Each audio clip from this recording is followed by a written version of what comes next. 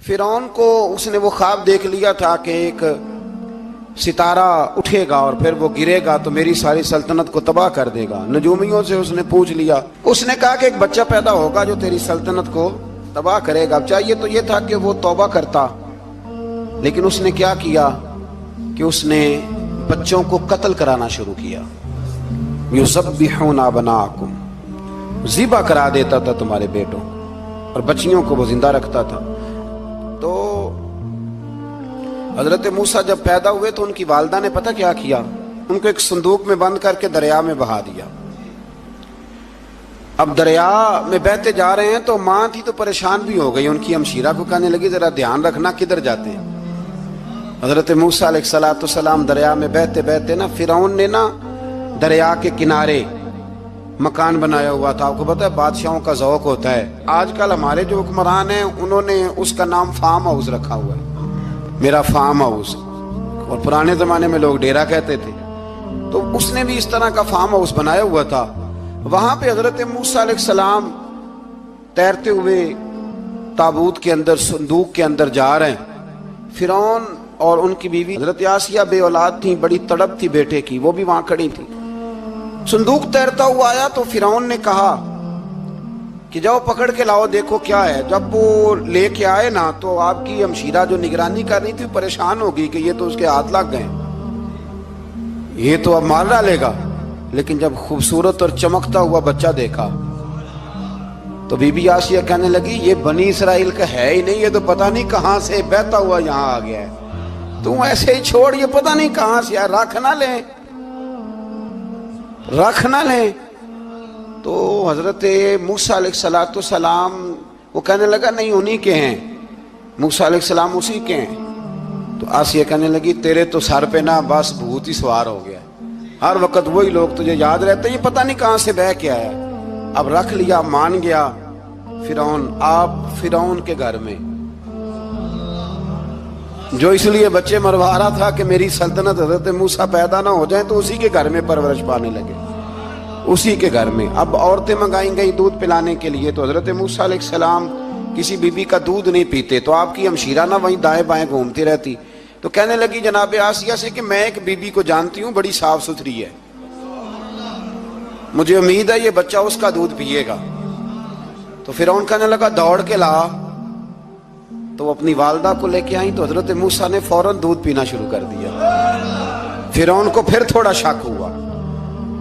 ایک روایت یوں بھی لکھی ہے بعض لوگوں نے کہ فرعون ایک دن اٹھایا ہوا تھا حضرت موسیٰ کی، ابھی تھوڑی سی عمر تھی، تو آپ نے اس کی داڑھی پکڑ کے تو ایک گھونسا دے مارا، جلالی تو شروع سے ہے نا۔ تو کہنے لگا آسیہ تو مان نہ مان یہ بچہ وہی ہے۔ تو حضرت بی بی آسیہ کہنے لگی کہ تجھے غلط فہمی ہے، یہ وہ نہیں ہے۔ اس نے کہا دیکھو نا، یہ تو اٹھاتی ہے تو پیار کرتا ہے، اور میرے جب قریب آتا ہے تو اس کے لب و لہجے میں تلخی محسوس کرتا ہوں۔ اس نے کہا بچوں کو کیا پتا۔ خیر، ایک طرف اس نے کھانے پینے کی چیزیں رکھ دی، ایک طرف انگارے رکھ دیے، وہ بھی حضرت آسیہ کہتی ہیں کہ تجھے سمجھ آئے بچے بچے ہوتے ہیں۔ حضرت موسیٰ بچے تو تھے، پر تھے تو اللہ کے نبی نا، اللہ کے نبی تھے۔ جب اس نے کہا نا یہ بچے ہیں، تو حضرت موسیٰ علیہ السلام بجائے انگاروں کی طرف جانے کے، نبی تھے، وہ سیدھے کھانے پینے والی چیزوں کی طرف بڑھنے لگے۔ فرعون کہنے لگا اب بتا۔ اللہ تعالیٰ نے حضرت جبریل کو بھیجا، انہوں نے کہا ادھر نہیں جانا، آپ ادھر جائیے۔ تو آپ آگ کی طرف گئے اور ایک کوئلہ اٹھا کے زبان پہ رکھ لیا۔ تو آسیہ کہنے لگی سمجھ آئی، بچے کو کیا پتا کدھر جانا ہے کدھر نہیں جانا، اگر وہ اتنا ہی خیال ہوتا وہی بچہ ہوتا تو آگ۔ اور بعض مفسرین نے لکھا ہے یہ جو حضرت موسیٰ دعا مانگتے تھے نا رب اشرح لی صدری ویسر لی امری، یہ وہ آگ کا انگارہ جب کوئلہ منہ میں رکھا تھا نا تو اس کی وجہ سے زبان میں کچھ لکنت آ گئی، تو آپ دعا کرتے تھے کہ یا اللہ میری زبان کی وہ بند گرا کھول دے تاکہ میں کھل کے فرعون کے سامنے بات کر سکوں۔ وہیں حضرت موسیٰ پلنے لگے، وہیں پلے، وہیں جوان ہوئے، وہیں اللہ نے ساری دولتیں دی، بہن بھی ملی، ماں بھی ملی، اور سارے عزیزوں کا پیار بھی ملا۔ اسی گھر کے اندر اللہ نے پرورش کر کے فرعون کے ظلم سے بنی اسرائیل کو نجات عطا فرمائی۔ موسیٰ بھی فرعون کے گھر میں پلنے لگے، اور جب جوان ہو گئے تو فرعون کے ہاں جو ظلم ہوتا تھا حضرت موسیٰ اس پر بول پڑتے تھے، جلال فرماتے۔ تو فرعون پھر ناراض رہنے لگا، یہاں تک کہ اس نے آپ کو نکال دیا آپ تشریف لے گئے وہاں سے. تو حضرت موسیٰ ایک دن شام کے وقت دوبارہ آئے بستی میں، لوگ سوئے ہوئے تھے. تو دو آدمی، ایک بنی اسرائیل میں سے اور ایک فرعون کی اپنی قوم میں سے، وہ دونوں آپس میں جھگڑ رہے تھے. لیکن وہ جو حضرت موسیٰ کی بنی اسرائیل کی قوم کا شخص تھا، اس پر وہ قبطی، وہ جو فرعون کے قریبی لوگوں میں سے تھا، وہ ظلم کر رہا تھا اور بوجھ اٹھانے کی بات کر رہا تھا. اب اس نے حضرت موسیٰ کو پکارا کہ یہ دیکھے میرے ساتھ کس طرح کی بات کر رہا ہے. تو حضرت موسیٰ کا ارادہ بھی نہیں تھا، آپ نے بس اس کو سمجھایا. پر کچھ لوگوں کو سمجھ، تو حضرت موسیٰ نے پھر ایک مکہ مارا، ایک گھونسا مارا، صرف ایک ہی. یہ کئی تگڑے اور دلیر اس طرح کے بھی ہوتے ہیں کہ گھونسا ایک بھی برداشت نہیں کرتے. وہ ایک مارا، آدمی دھڑام سے زمین پہ گرا اور ماری گیا. حضرت موسیٰ کا ارادہ نہیں تھا لیکن وہ مر گیا. حضرت موسیٰ علیہ السلام نے اس بات پر اپنے رب سے استغفار بھی فرمائی. قرآن کہتا ہے کہ انہوں نے معافی چاہی کہ اللہ میرا ارادہ نہیں تھا. بہرحال اگلے دن نا حضرت موسیٰ دوبارہ آئے. وہ سنا کرتے تھے نا ہم کہ بیوقوف دوست سے عقل مند دشمن بہتر ہوتا ہے. وہ کم از کم دشمنی تو عقل مندی سے کرتا ہے نا، لیکن جو بیوقوف دوست ہو بیوقوفی. حضرت موسیٰ دوبارہ آئے تو وہ بنی اسرائیلی اگلے دن کسی اور سے جھگڑا کر رہا تھا. پھر اس نے مدد کے لیے پکارا تو حضرت موسیٰ کہنے لگے مجھے لگتا یہ ہے کہ تیری عادت ہے، تو خود بڑا جھگڑالو ہے، تو نے روز نیا جھگڑا شروع کیا ہوتا ہے. حضرت موسیٰ جب اس کی طرف بڑے نہ ڈانٹنے کے لیے تو اس نے شور کرنا شروع کر دیا. کہنے لگتا ہے جس طرح آپ نے اسے کل قتل کیا تھا مجھے بھی قتل ہی کریں گے. یہ انسانوں کا مزاج ہے کہ آپ جب تک کسی کے طبیعت کے مطابق چلیں گے وہ راضی رہتا ہے، اور ذرا آپ اس کی طبیعت سے ہٹتے ہیں تو وہ شور کرتا ہے. اس نے کہا جی آپ مجھے بھی لگتا ہے ماریں گے.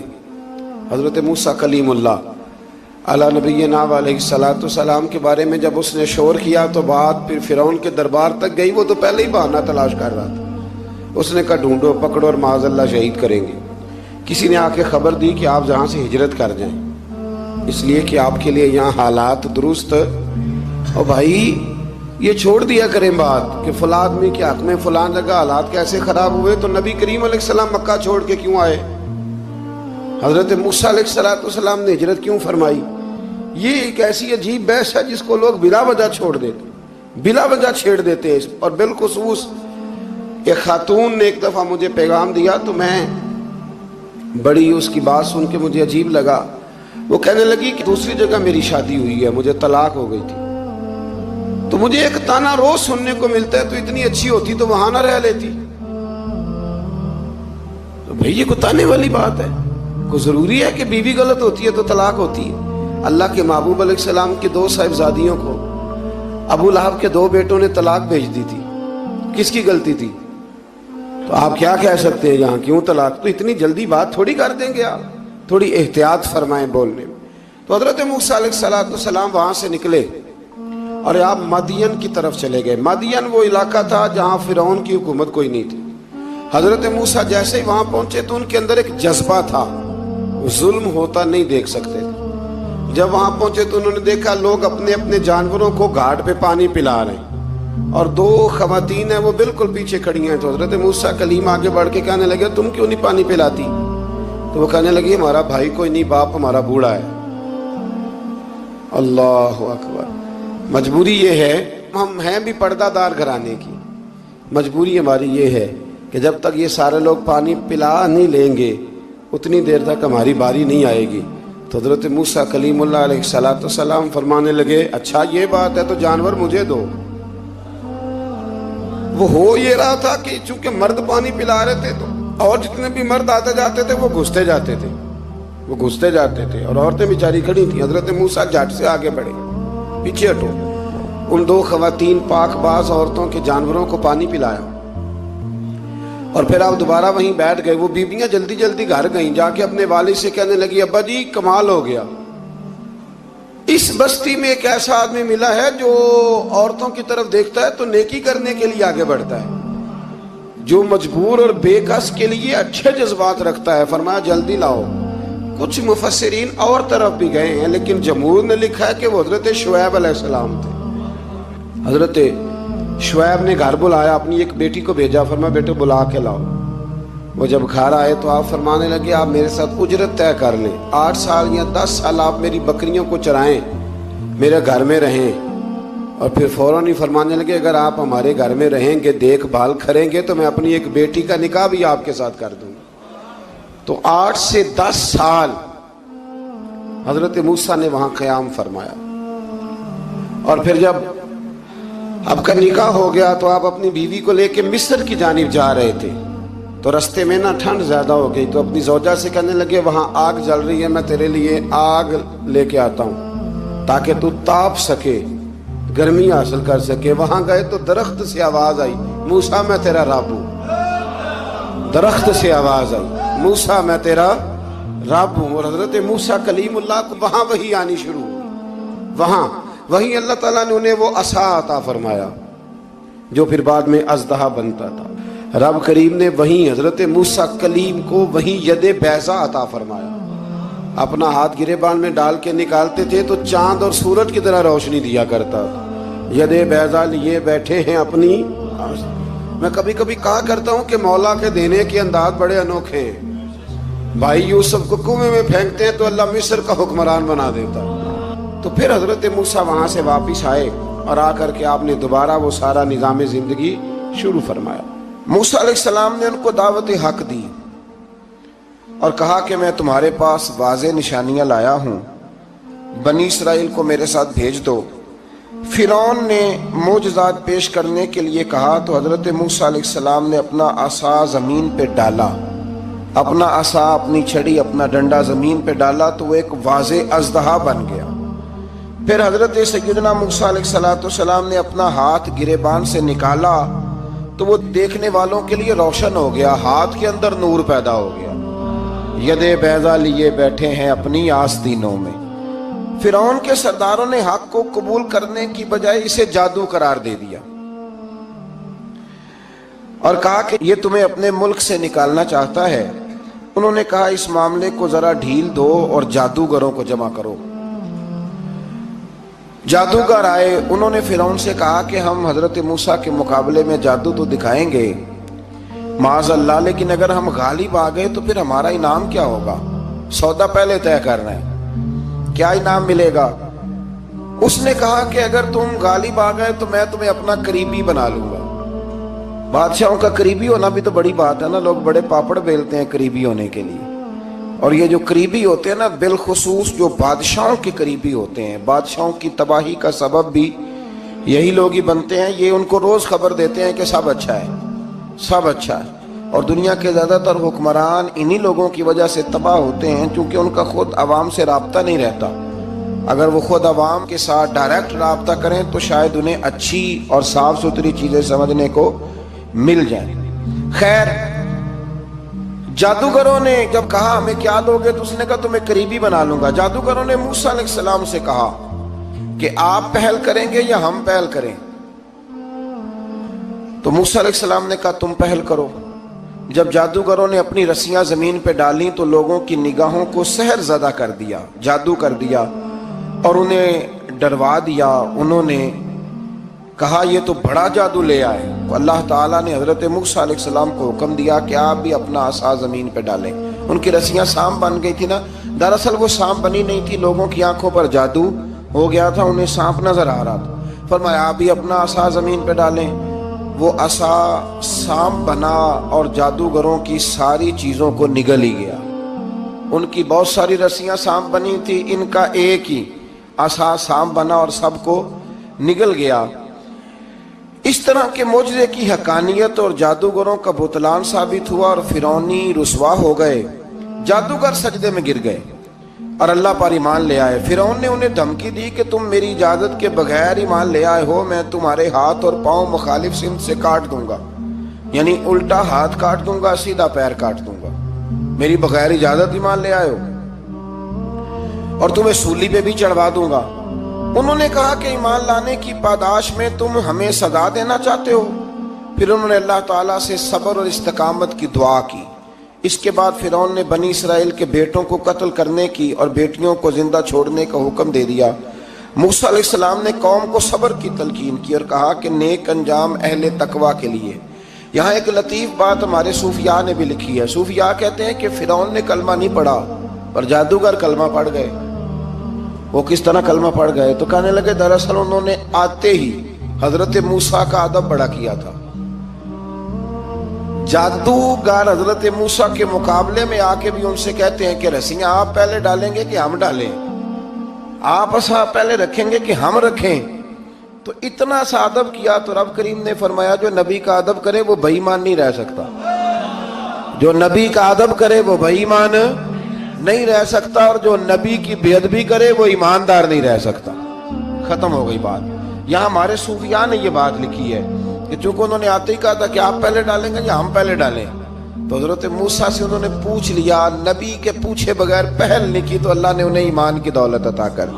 اللہ تعالیٰ نے فرعونیوں پر قحط سالی کا عذاب نازل کیا۔ فرعونیوں کا طریقہ یہ تھا کہ اچھائی کو اپنا کمال گردانتے تھے، کہتے تھے یہ ہماری طرف سے، اور برائی کو معاذ اللہ بدشگونی کے طور پر موسیٰ علیہ السلام کی طرف منسوب کرتے تھے، کہتے تھے معاذ اللہ آپ کی وجہ سے یہ سارا کچھ ہو رہا ہے۔ ہوتے نا نہیں کہتے ہیں جب سے میں وہاں گیا ہوں تب سے۔ ہمارے بزرگ ایک لطیفہ بھی سنایا کرتے تھے کہ کسی زمیندار نے نماز پڑھنی شروع کی تھی تو اس کے جانور مرنے شروع ہو گئے۔ اب لوگ سمجھتے ہیں کہ معاذ اللہ شاید یہ کسی بزرگ کے سبب سے ایسا ہے، حالانکہ یہ تو اللہ کی طرف سے آزمائش ہوتی ہے، اس کی حکمتیں ہوتی ہیں۔ اللہ تبارک و تعالیٰ نے ان پر عذاب کیا نازل کیا؟ آیت نمبر 130 اور 143 کبھی آپ سورہ اعراف کی پڑھیں تو اللہ تعالیٰ نے ان پر ٹڈیوں کا، جموں کا، مینڈکوں کا اور خون کا عذاب نازل کیا۔ یہ کس قسم کا عذاب ہے؟ جمعے پڑ گئے، ٹڈیاں آ گئیں، یہ اللہ نے عذاب نازل کیا۔ جب وہ عذاب میں مبتلا ہوئے تو موسیٰ علیہ السلام سے کہا کہ آپ اللہ سے دعا کریں کہ ہم سے یہ عذاب ٹل جائے، اگر ایسا ہوا تو ہم ایمان لے آئیں گے، بنی اسرائیل کو بھی آزاد کر دیں گے۔ لیکن موسیٰ علیہ السلام کی دعا کے نتیجے میں جب عذاب ٹل جانے کے بعد فرعونی پھر اپنے وعدے سے پھر گئے۔ بنو قریظہ والوں نے بھی کئی دفعہ حضور سے وعدے کیے پر اپنے وعدوں پر قائم۔ ایک بات آپ سے یہاں روک کے عرض کر دوں، ہم بھی کئی دفعہ کہتے ہیں ذرا بریک کبھی گاڑی کی نہیں نہ لگتی تو ہم ارادہ کرتے ہیں کہ آج سے ہی نماز شروع کر دینی۔ ذرا طبیعت زیادہ لیل ہوتی ہے تو ارادہ کرتے ہیں نا کہ بھائی آج کے بعد ہم نے نیک، پھر کیا ہوتا ہے شفا ہو گئی تو چھٹی ہو گئی۔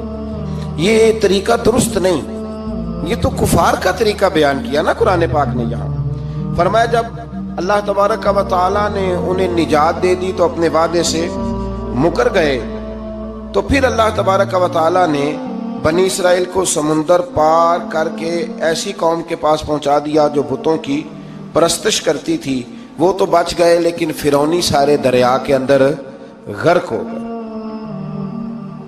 حضرت موسیٰ علیہ السلام سے کہنے لگے کہ ہمارے لیے بھی یہ خدا بنا دیجئے۔ حضرت موسیٰ علیہ السلام نے فرمایا بت پرستی کرنے والے جاہل ہیں۔ یہ بت پرست قوم کے پاس جب گئے نا بنی اسرائیل والے، بت پوجتے ہوئے دیکھا تو کہنے لگے ہمارے لیے بھی سامنے بنا کے رکھ دو۔ فرمایا یہ تو جاہل ہیں، تم انہیں دیکھ کے اثر قبول کر رہے ہو، اور اپنی جاہلیت کے باعث یہ ہلاک ہونے والے بھی ہیں۔ پھر اللہ تعالیٰ نے بنی اسرائیل پر اپنی نعمتوں کا ذکر فرمایا، اور موسیٰ علیہ السلام نے اپنی قوم میں ہارون علیہ السلام کو اپنا جانشین فرمایا اور کوہ طور پر تشریف لے گئے۔ اللہ نے فرمایا وہاں آ جائیں، میں آپ کو تورات عطا کرتا ہوں۔ 40 دن کا یہ عرصہ تھا۔ موسیٰ علیہ السلام نے وہاں پہ جا کے، وہ سارا واقعہ بھی انہی آیات میں ہے کہ حضرت موسیٰ نے عرض کیا تھا کہ رب ارنی، یا اللہ میں تجھے دیکھنا چاہتا ہوں، تو فرمایا لن ترانی، تو نہیں دیکھ سکتا۔ وہ بھی یہاں اللہ نے ذکر فرمایا۔ پھر اللہ تعالیٰ نے اپنی ایک تجلی جب کوہ طور پہ ڈالی تو حضرت موسیٰ علیہ السلام تاب نہ لا سکے اور بے ہوش ہو گئے، اور پہاڑ بھی ریزہ ریزہ ہو گیا۔ اس کا ذکر بھی اللہ نے انہی آیات میں فرمایا۔ آیت نمبر 144 سے 155 تک حضرت موسیٰ علیہ السلام کو رسالت عطا کرنے، کلیم اللہ کا منصب عطا کرنے، تورات عطا کرنے کا ذکر ہے۔ آگے چل کے بتایا کہ جو متکبر لوگ ہیں نا وہ آیات الہیہ سے منہ پھیرتے ہیں، اور جو لوگ اللہ کی آیات اور قیامت کو جھٹلاتے ہیں ان کے اعمال باطل ہیں۔ پھر موسیٰ علیہ السلام کے کوہ طور پر قیام کے عرصے میں بنی اسرائیل کے زیورات سے بچڑا بنا کر اسے معبود بنانے کا ذکر ہے۔ ان میں ایک جادوگر تھا سامری، سنا ہے سلالہ میں اس کی قبر ہے۔ حضرت موسیٰ کوہ طور پہ چلے گئے تو اس نے پیچھے سے سونے کا ایک بچڑا بنا لیا، اس میں سونے کی تاریں اس کے منہ میں لگائیں، ہوا چلتی تھی تو بجتی تھی۔ اتنے کمزور عقیدے کی یہ قوم تھی کہ انہوں نے فٹافٹ ماننا شروع کر لی، فٹافٹ ماننا، کہنے لگے یہ ٹھیک ہے۔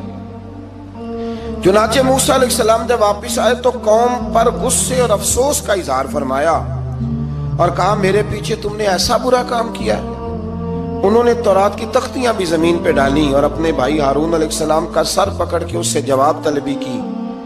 انہوں نے کہا اے میرے ماں جائے، بڑے خوبصورت لفظ ہے قرآن پاک، اے میرے ماں جائے، اے میرے بھائی، قوم نے مجھے بے بس کر دیا اور قریب تھا کہ یہ مجھے قتل بھی کر دیتے۔